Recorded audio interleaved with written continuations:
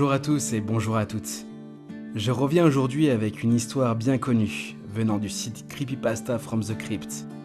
Et j'ai une vidéo rituelle étant du même univers que la quête de l'étranger, qui est en cours d'écriture. Pour finir, je pense reprendre les contes et légendes sous peu.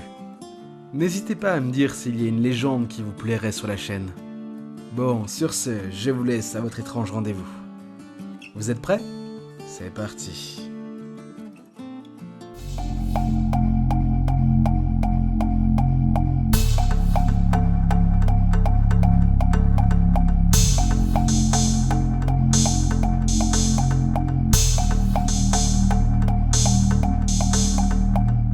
Hey, salut! Comment vas-tu, très cher auditeur? La forme? Qu'est-ce qui t'amène sur cette chaîne YouTube? Oh, tu veux écouter des histoires effrayantes?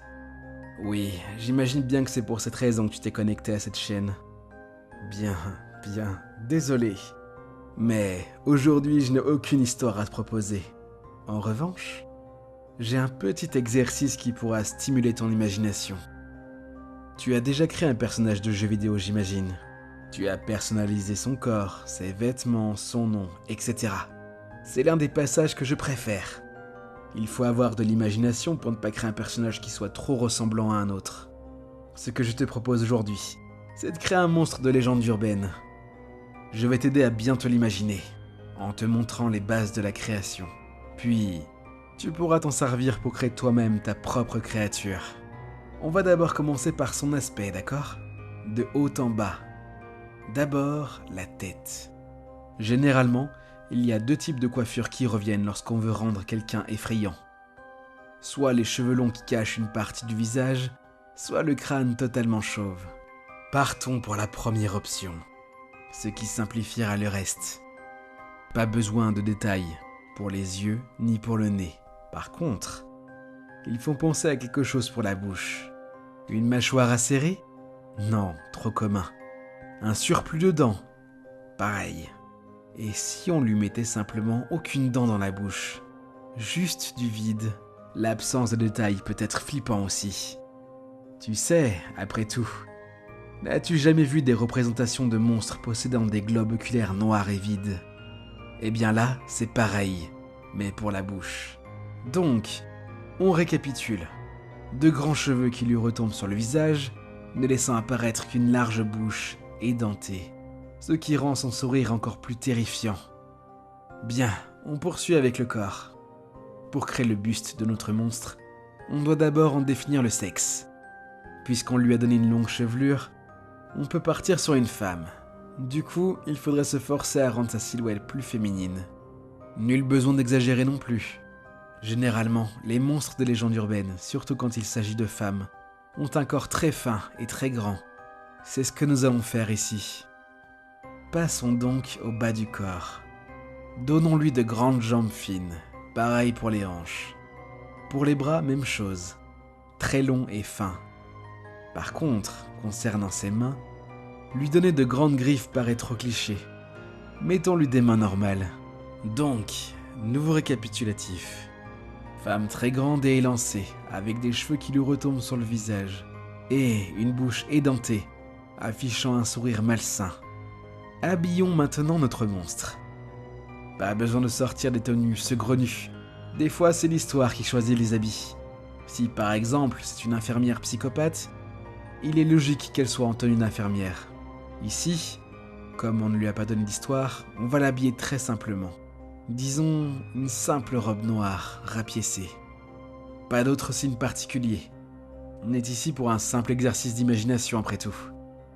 Bon, on a imaginé le corps de notre monstre de légende urbaine. Et on l'a habillé. Il faut maintenant créer une légende, une histoire. Ce qui marche en ce moment, c'est tout ce qui touche aux nouvelles technologies. C'est la meilleure façon d'appeler l'auditeur. On va donc essayer de passer par cette voie-là. Comme je l'ai dit, il faut happer l'auditeur. Quoi de mieux que de tenter cela au travers d'une activité qu'il exerce très souvent, à savoir regarder des vidéos sur internet. Et si notre monstre apparaissait dans certaines de celles-ci ? Du genre, la victime regarde le dernier let's play de Squeezie et, d'un coup, paf ! Notre monstre lui apparaît à l'écran.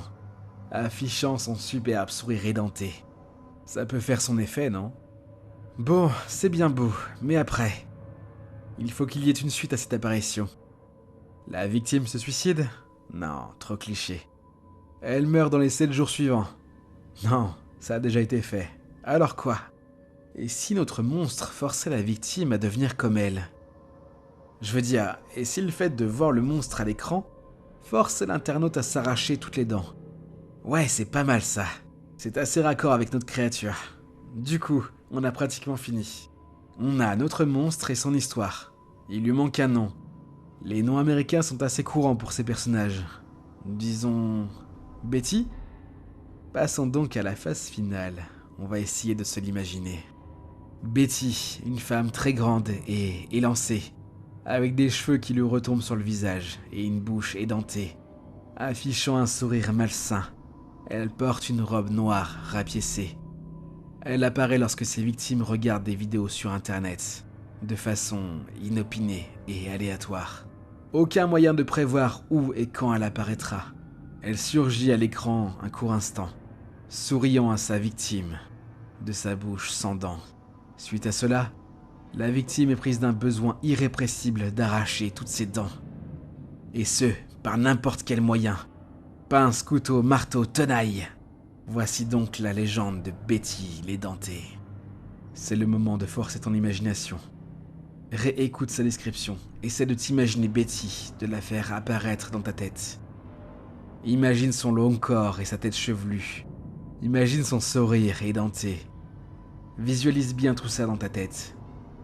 Mets-la en situation. Imagine-la apparaître à un internaute innocent qui regarde tranquillement une vidéo dans sa chambre. Imagine ce même internaute se retirer les dents une par une.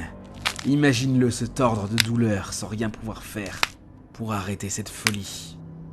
Fais-le plusieurs fois. C'est un exercice d'imagination. Il faut le faire de façon sérieuse. Sinon, cela ne sert à rien. C'est bon? Tu as parfaitement l'image de Betty en tête? Félicitations. Tu as participé à la création du premier Tulpa de cette chaîne. Sois-en fier. Désolé de t'avoir manipulé de la sorte. Mais j'ai toujours rêvé de créer mon propre Tulpa. Tu ne sais pas ce que c'est? Eh bien, tu dois être nouveau par ici, non? Disons qu'un Tulpa est matérialisé par l'imagination collective. Si un grand groupe d'individus pense simultanément très fort à quelque chose, il devient réel. Vous avez donc contribué, toi et les autres auditeurs, à rendre vivante ma petite Betty. N'est-ce pas formidable? Merci encore. Je te laisse. J'ai plein d'autres projets en cours. Porte-toi bien. Ah, et pour te remercier, je te donne juste un petit conseil. Éloigne-toi un peu des sites de vidéos sur internet. Enfin, si tu tiens à tes dents. Ainsi s'achève cette vidéo. J'espère que créer un Tulpa en ma compagnie vous aura plu. Sur ce, je vous dis à bientôt pour un autre étrange rendez-vous.